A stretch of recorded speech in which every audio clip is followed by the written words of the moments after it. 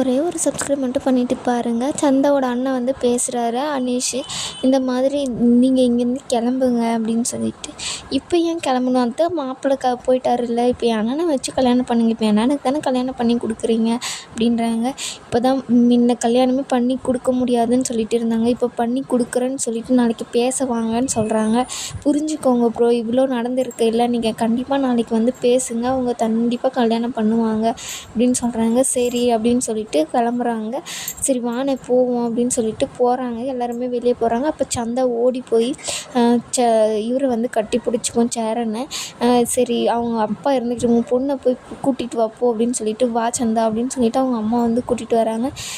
நான் உன்னை விட்டுற மாட்டேன் அப்படின்னு சொல்லிட்டு அவரும் அவங்க வந்து சொல்லிட்டு கிளம்புறாரு. வானே போகலாம் அப்படின்னு சொல்லிட்டு அங்கேருந்து எல்லாம் கிளம்பி இதுக்கு போகிறாங்க. ஹோட்டல் ரூமுக்கு போய் உக்காந்துட்டு ரொம்ப யோசிச்சுட்டு உக்காந்துட்டு இருக்காரு, எதனால இந்த கல்யாணம் நின்றுச்சு அப்படின்ற மாதிரி. இப்போ அவரை போட்டு கலாய்க்கிறாங்க. பல்லவன் பாண்டி சோழன் நின்றுட்டு, என்ன அண்ணன் பண்ணி வச்சுருக்க நீ என் பண்ணுறது சரியா சொல்லு, ஐஸ்கிரீம் கொடுக்க போகிறேன்னு சொல்லிட்டு இந்த மாதிரி வேலையை பண்ணி வச்சுருக்க. அப்போ கூட அவங்க ஊருக்கு வந்து ரொம்ப நாள் ஆகுது, ஏன்னா 3 மாதம் தான் ஆயிருக்கு, இப்போ தான் தெரிஞ்சிருக்கோம் அவங்களுக்கு அப்படின்றாங்க. இதெல்லாம் எப்போ உனக்கு தெரியுது? எனக்கு தெரியலன்னா ஆச்சரியம் இல்லைடா பல்லவா, அவனுக்கும் தெரியும் தானே, கொஞ்சம் தெரியணே அப்படின்னு சொல்லிட்டு சொல்கிறாங்க. சின்ன பையன் மாதிரி பேசுகிறா பல்லவா, இந்த மாதிரிலாம் பேசுனா என் அண்ணன்கிட்ட திட்டு தான் வாங்க போகிற அப்படின்னு சொல்லிட்டு அவர் போட்டு கலாய்ச்சிட்டு இருக்காங்க. அதுக்கப்புறம் பார்த்திங்கன்னா, எனக்கு தம்பிக்கு கல்யாணம் ஆயிடுச்சு, நீ எங்கே பெரியப்பா ஆயிருவியோன்னு சொல்லிட்டு இப்போவே நீ ஃபாதர் ஆகிட்டல, நான் ஏன்டா ஃபாதர் ஆகிறேன் கல்யாணத்துக்கு அப்புறம்?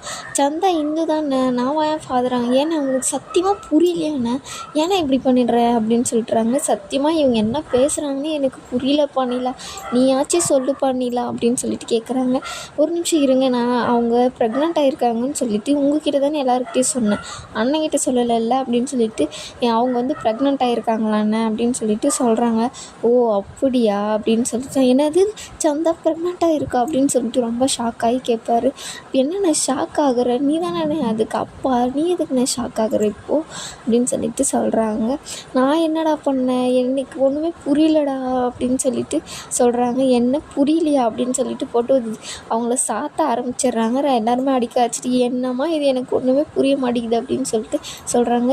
அவங்க கல்யாணத்தை நிறுத்துறதுக்கு கூட இப்படி பண்ணியிருக்கலாம் இல்லை அப்படின்னு சொல்லிட்டு இவங்க எல்லாமே பேசிட்டு இருக்கும்போது அவர் ரொம்ப வருத்தமாக இருக்கார். சரி எல்லாமே படுத்து தூங்குங்க அப்படின்னு சொல்லிட்டு அங்கேருந்து கிளம்பி போயிடுறாங்க. அப்போ ஒரு தூங்காமல் ஒரு பாட்டுக்கு யோசிச்சுட்டே இருப்பார். அப்புறம் சந்தாக்கும் ஃபோன் பண்ணுவார். சந்தா ஃபோன் சுவிட்ச் ஆஃப் ஆகிருக்கும். அப்புறம் வேறு என்ன பண்ணுறதுன்னு தெரியல, போய் மறுபடியும் படுத்துகிட்டே யோசிச்சுட்டு இருப்பார். காலையில் விடிஞ்ச உடனே பார்த்திங்கன்னா முதல் ஆளாக ரெடி ஆகி உக்காந்துட்டு இருப்பார். பாண்டியன் ரெடி ஆகிட்டியா என்ன அப்படின்னு சொல்லிட்டு சொல்லி கேட்குறான். ஆமாடா அப்படின்னு சொல்லிட்டு அதுக்கப்புறம் பல்லவனை போய் எழுப்புவாங்க. எழுடா ரெடி ஆகுடா, என்னடா தூங்கிட்டே இருக்க அப்படின்னு சொல்லிட்டு, போடா போய் பாத்ரூம் போயிட்டு வாடா அப்படின்னு சொல்லிட்டு, குளிச்சுட்டியாடான்னு, இல்லை நான் இனிமேல் தான் குளிக்கணும், சரி போய் குளிப்போம் அப்படின்னு சொல்லிட்டு குளிச்சுருவாங்க. அதுக்கப்புறம் பார்த்திங்கன்னா சோழன் வந்து ரெடியாகி வருவார். என்ன யோசனை என்ன, இன்னும் கல்யாணத்துக்கு 4-5 மாதத்துலேயே அதுக்கப்புறமே உனக்கு பாப்பாவையோ என் தம்பியோ வரப்போகுது, செம ஜாலினே நீ அப்படின்னு சொல்லிட்டு அவர் என்ன மனநிலைமையில் இருக்காருன்னே தெரியாமல் சோழன் வந்து இவங்க பேசுவாங்க. அவருக்கு கோவம் வந்து வெளியே போய் நின்றுப்பார். ஏன்டா இப்படி பண்ணுற, அண்ணன் ரொம்ப வருத்தமாக இருக்கிற, நான் என்னடா பேசினேன் இப்போது, நீ இல்லைடா நைட்லேருந்தே அண்ணன் அப்படி தான் இருக்குது, ரொம்ப யோசிச்சுட்டே உக்காந்துட்டு இருக்குது அப்படின்னு சொல்லிட்டு சொல்கிறாங்க. சரிடா அப்படி நான் போய் வேணா இன்னும் கொஞ்சம் கலாய்க்கிட்டேன், வேணாடா அண்ணன் ரொம்ப சோகமாக இருக்குது அப்படின்னு சொல்கிறாங்க. அதுக்கப்புறம் பார்த்திங்கன்னா நிலா வந்து ரெடியாகி வருது. என்னென்ன ரெடி ஆகிட்டிங்களாம்மா, ரெடி ஆகிட்டேன்ப்பா நிலா அப்படின்னு சொல்லிட்டு, எங்கே அவங்களாம் உள்ளே இருக்காங்கப்பா அப்படின்னு. சரி வாங்க நீங்களும், இல்லைப்பா நான் அப்புறமா வரேன் இப்போ அப்படின்னு சொல்லிட்டு சொல்லிடுறாங்க. அப்புறம் அவங்க வந்து நின்றுட்டு யோசிச்சுட்டே, ஏன் அண்ணன் அப்படி இருக்காரு அப்படின்னு சொல்லிட்டு கேட்குறாங்க.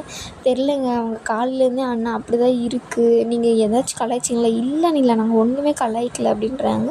அப்புறம் ஏன் அவள் அப்படி இருக்காரு தெரியலையே அப்படின்னு சொல்லிட்டு, சரி நீங்கள் எதையும் யாரும் பேசாதீங்க, அண்ணனை கொஞ்சம் ஃப்ரீயாக விடுங்க அப்படின்னு சொல்லிட்டு சொல்கிறாங்க. இதோடு இந்த எபிசோடு முடியுது.